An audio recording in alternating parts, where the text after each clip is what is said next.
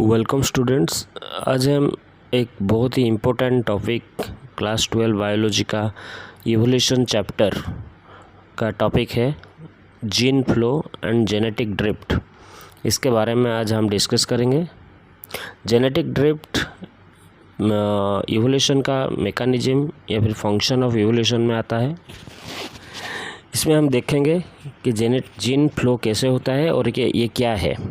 उसके बाद देखेंगे व्हाट इज़ जेनेटिक ड्रिफ्ट और इसका एग्जांपल लेकर हम समझेंगे, क्योंकि ये दो जो टॉपिक है ये थोड़ा कॉम्प्लेक्स होता है समझने के लिए। अगर हम एग्जांपल लेकर इसको डिस्कस करेंगे तो इजीली समझ पाएंगे।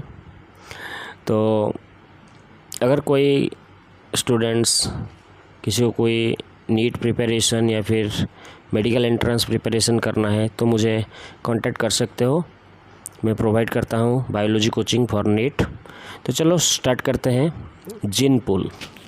जीन पूल क्या है? What is gene pool? The sum total of all genes in a population of a species at a given time is called gene pool. तो एक पॉपुलेशन में जितना भी इंडिविजुअल है एक स्पीसीज़ का, पर्टिकुलर वन स्पीसीज़ का, सबका जो जीन है, जीन एलील से बनता है।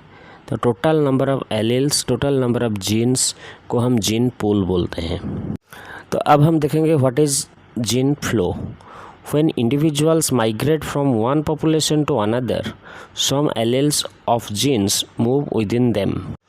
जब एक पॉपुलेशन से कुछ इंडिविजुअल माइग्रेट करके दूसरा कोई एरिया को चले जाते हैं तो उनके साथ जो जीन है वो भी फ्लो होकर जाता है। जो जीन है, एलील है, इसका भी फ्लो होता है, जिसको हम जीन फ्लो या फिर जेनेटिक फ्लो भी बोलते हैं। This process of allele transfer from one species और one population to another population is called gene flow.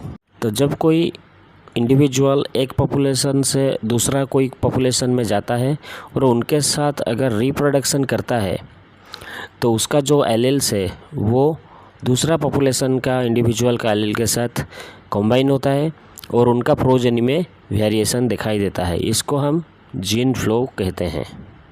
Gene flow होने से वेरिएशन दिखाई देता है और वेरिएशन होने से इवोल्यूशन प्रोसेस आगे बढ़ता है। तो जेनेटिक फ्लो या फिर जीन फ्लो होने से इवोल्यूशन होता है। अब हम देखेंगे जेनेटिक ड्रिफ्ट क्या है। Random change in the gene frequency in a small population by chance due to some force is called genetic drift। तो जेनेटिक ड्रिफ्ट एक बहुत ही कंफ्यूजिंग टर्म है, इसको ठीक से हमको ध्यान से समझना है। यहाँ पर लिखा है रैंडम चेंज रैंडम होना चाहिए और चेंज होगा कहाँ पर? जीन फ्रीक्वेंसी में।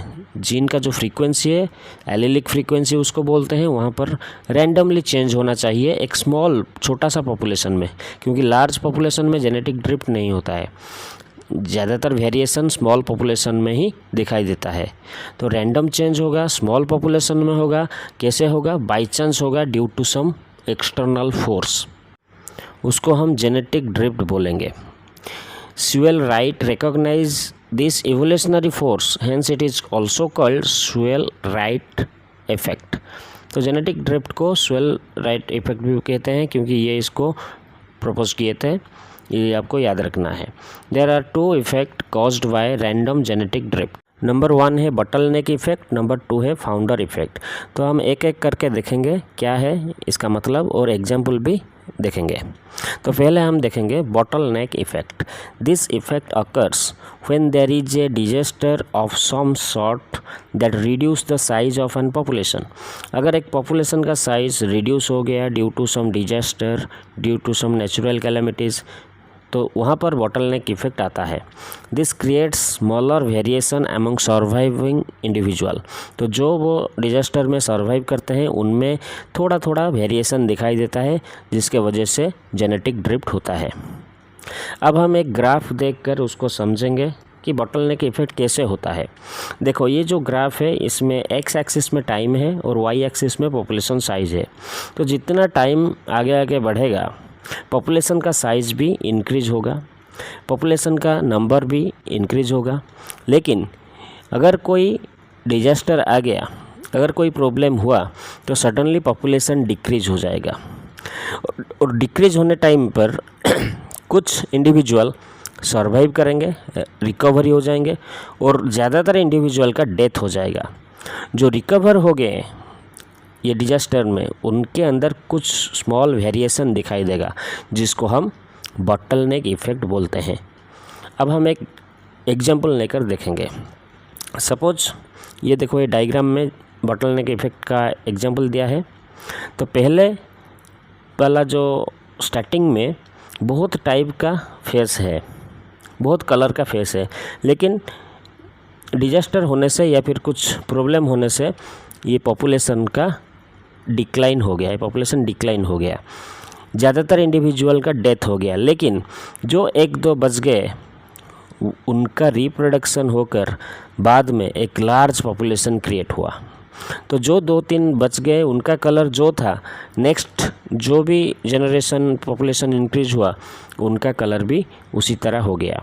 तो एक पॉपुलेशन से दूसरा पॉपुलेशन फॉर्मेशन हुआ। ये सडनली हुआ, रैंडमली हुआ एंड बाई चांस हुआ, इसलिए इसको जेनेटिक ड्रिफ्ट बोलते हैं।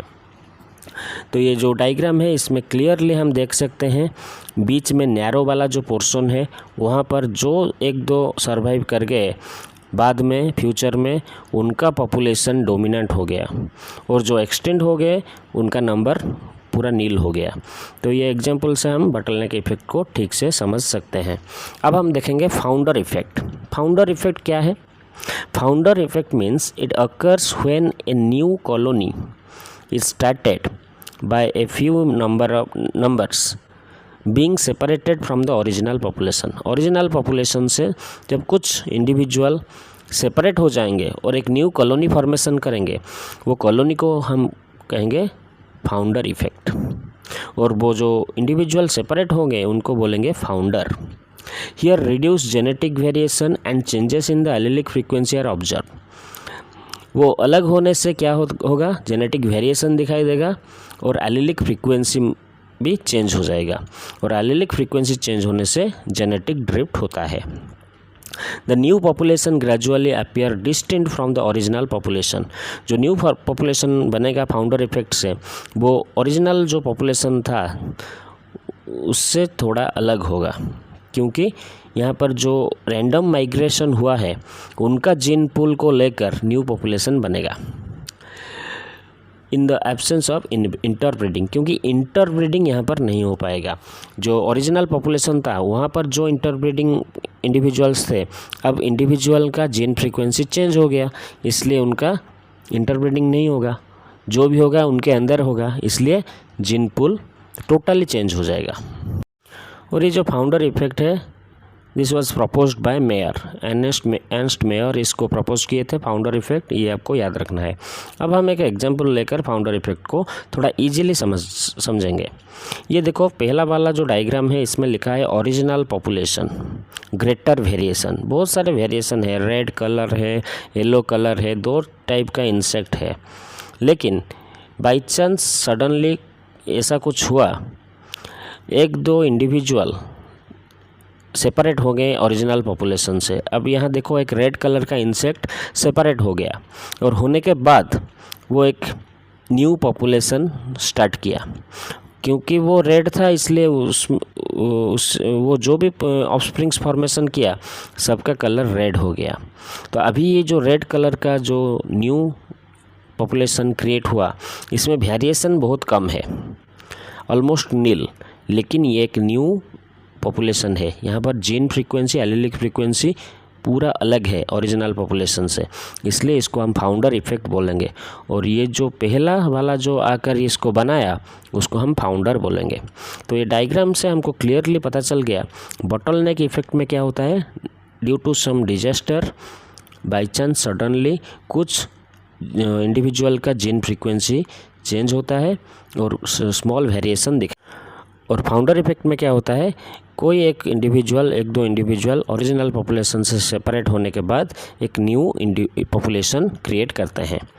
तो अगर वीडियो अच्छा लगा तो लाइक कीजिए और कमेंट कीजिए। Thank you. आज के लिए इतना ही।